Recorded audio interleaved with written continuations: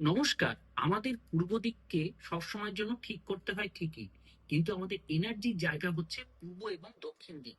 পূর্ব এবং দক্ষিণ দিক, এই পূর্ব দক্ষিণ দিক যেটা আছে, অর্থাৎ সাউথ ইস্ট কোণ, এই কোণটাকে যদি ঠিক রাখেন তাহলে সর্বকাজে এনার্জি পাবেন, সর্বকাজে সফলতা পাবেন, এনার্জির সঙ্গে এগিয়ে যেতে পারবেন। তো এটাকে ঠিক করতে গেলে কিছু উপায় আছে। কি করবেন সেটি শোনার আগে বলবো।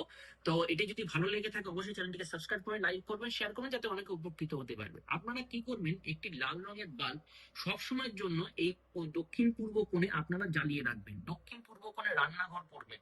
দক্ষিণ পূর্ব, যদি কোনো আগুন কোনো সময় প্রজ্বলিত করতে হয় তাহলে সেটি দক্ষিণ পূর্ব দিকে করবেন।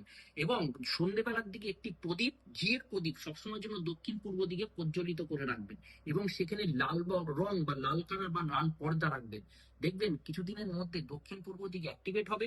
আপনাদের জীবনে যে এনার্জি পাচ্ছিলেন না, বাড়ি ঢুকলেই যে একটা অলসতা ভাব, সেটাও কিন্তু দূরীভূত হবে। নমস্কার।